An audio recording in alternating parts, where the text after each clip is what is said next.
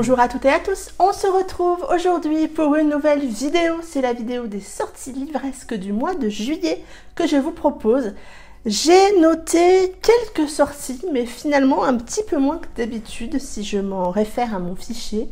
Peut-être qu'il y a moins de sorties ou peut-être que j'en ai loupé certaines. Je pense qu'avec les mois d'été, on a un petit peu moins de sorties au mois de juillet et peut-être plus fin août au moment de la rentrée littéraire. Donc je vous présente dans cette vidéo les quelques sorties que j'ai notées pour le mois de juillet. C'est parti! On commence avec le 1er juillet chez Hugo Roman, sortira À tous les cœurs que j'ai brisés de Laura S. Wilde. On est là dans un schéma de retrouvailles et à la lecture du résumé, je vous avoue que j'ai été tentée de noter ce titre. Je trouve que Hugo change sa charte graphique au niveau des couvertures. Et il y a de nombreux romans qui sortent les mois prochains et donc j'aime beaucoup la couverture, celle-ci en fait partie. Laura S. Wilde, je crois que je ne l'ai jamais lu, donc ce sera peut-être l'occasion avec ce roman. Moi, un schéma des retrouvailles, je vous avoue, je le note. Toujours le 1er juillet, mais cette fois-ci chez Nisha, sortira Protège-moi, le tome 1 de Hunters of Hell de Marie Luny. On est là dans un roman biker. J'aime bien la couve, la maison d'édition m'attire de plus en plus, donc j'avoue, j'ai noté cette sortie.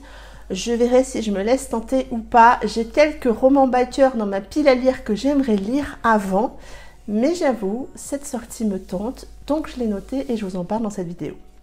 On passe au 2 juillet chez Black Ink Édition, sortira Crazy Wild West de Anatrice. Un road trip qui m'a l'air bien pétillant.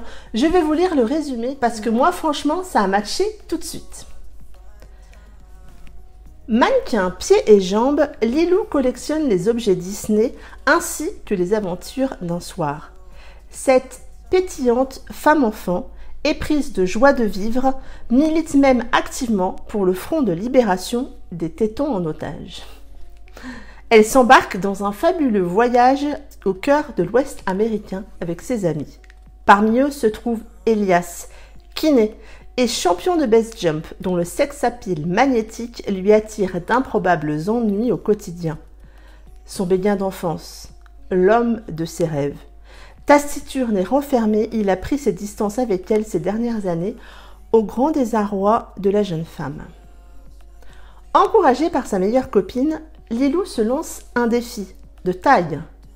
Elle fera fondre la carapace glacée du beau Corse au cours de ses vacances. C'est l'occasion ou jamais. Elle n'avait cependant pas prévu que ses tentatives de séduction seraient autant semées d'embûches. Je vous avoue, le résumé m'a plu. C'est une de mes lectures du mois de juillet. Vraiment, je pense que je vais m'éclater avec ce roman. Les premiers retours sont vraiment très très bons. Je pense en particulier au retour de Sarah. Je vous mettrai son pseudo Instagram si vous voulez aller voir son profil. Ça a été un gros coup de cœur pour elle. Sarah, j'espère te rejoindre sur ce coup-là. On passe au 5 juillet, en auto-édition sortira Kezia, le tome 3 des Irish Renegade de Blandine P. Martin. Je me fais une joie de découvrir ce tome 3, de partir à la réelle rencontre de Kezia, qu'on voit un peu dans les tomes précédents, mais que je me fais une joie de mieux connaître. Vraiment, ce tome 3, je l'attends avec beaucoup d'impatience. Blandine nous a promis beaucoup d'action. Je pense que ça va être encore une fois très intense. Je viens vous en reparler tout bientôt sur la chaîne. On passe au 7 juillet. En auto-édition sortiront 2 romans.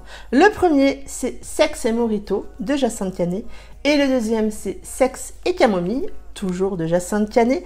Ce sont des rééditions des tomes 2 et 3 de Bora Bora, mais comme l'autrice n'a pas eu les droits sur le tome 1, elle a réécrit, retravaillé, rafraîchi le tome 2 et le tome 3 pour qu'ils puissent être lus de manière indépendante, et donc elle nous a ressorti ces 2 romans pour le 7 juillet. Toujours le 7 juillet pour l'e-book et le 22 juillet pour le brochet sortira Heartbreaker de Lina Hope, le dernier roman de Lina. Elle en a vraiment fait de très beaux extraits sur son profil Instagram, donc j'avoue, je l'ai noté. On part là dans l'univers du hockey, si je ne me trompe pas, et je vous avoue que j'ai très envie de découvrir ce roman. C'est pour ça que je l'ai mis dans cette vidéo et sur ma liste.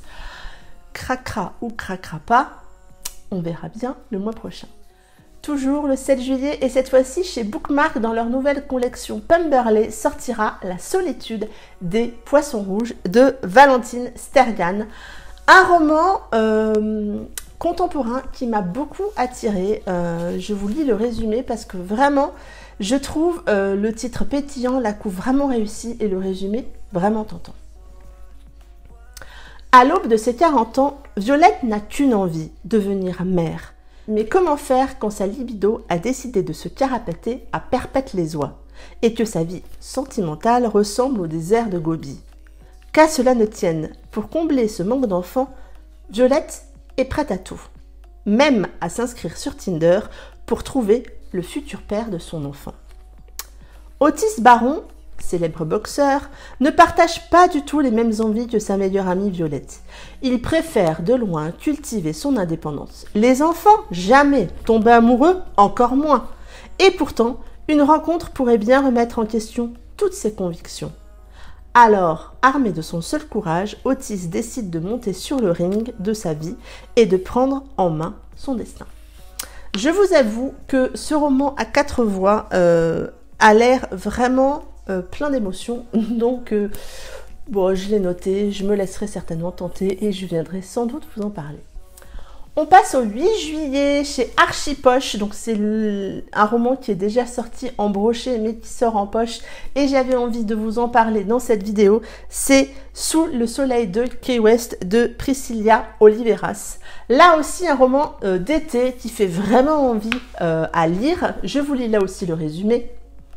Oui, qu'est-ce que vous voulez? J'ai aussi envie de vous tenter parce que quand je lis certains des résumés, moi, je suis faible. Un feel-good savoureux à déguster sur la page avec une pina colada. Sarah, influenceuse mode et beauté sur les réseaux sociaux, a un problème. Et de taille. Elle doit rejoindre sa famille à Key West pour les vacances, mais son petit ami lui fait faux bond au dernier moment. Comment dès lors affronter les questions de ses parents, de ses frères et de ses si parfaites belles-sœurs, qui tous ont hâte de rencontrer le futur mari de la rebelle de la famille? Et si Louis, ce beau sapeur-pompier en congé forcé rencontré sur le tarmac de l'aéroport, se transformait le temps d'une semaine en gendre idéal? Et je pense que tout ça va nous amener des situations bien cocasses. En plus, il est sapeur-pompier, je pense que ça va être fort agréable. On passe au 16 juillet chez Black Ink Edition, sortira Depuis les ténèbres de Manon Donaldson. On est là sur une histoire d'amour avec un couple qui est très amoureux et qui symbolise vraiment l'union parfaite pour tous leurs amis. Mais leur amour a l'air destructeur, en particulier d'après ce que je comprends du résumé du fait de la carrière militaire du personnage masculin. C'est le prochain Manon Donaldson, c'est une plume que j'aime beaucoup, donc bien évidemment j'ai noté cette sortie. Je me laisserai peut-être tenter, je viendrai vous en reparler, mais c'est une sortie à noter. Et le dernier roman que j'ai noté pour cette vidéo, c'est le 18 juillet, sortira l'intégrale numéro 1 de Fucking Love de Amélie C. Astier. Vous le savez si vous me suivez, c'est une saga que je n'ai toujours pas commencée. Je vous avoue que je ne suis pas archi fan des couvertures de la saga en tome unique, mais la couve de cette première intégrale est vraiment très réussie. Je verrai si je me laisse tenter par les intégrales ou pas. Je souhaitais vous la montrer ici parce que je sais que certains et certaines d'entre vous ne sont pas non plus hyper fans des couves, on va dire des tomes uniques. Mais là, franchement, vous êtes bien d'accord avec moi, cette couve, elle est quand même très réussie. Voilà pour les sorties que j'ai notées. Je me suis arrêtée au 18 juillet, après je n'ai rien trouvé qui me tentait, peut-être que j'ai zappé certaines choses.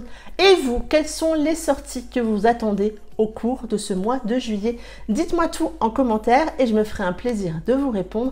Et puis en attendant, moi je vous souhaite de très belles lectures et je vous dis à très bientôt pour une prochaine vidéo. Bye bye!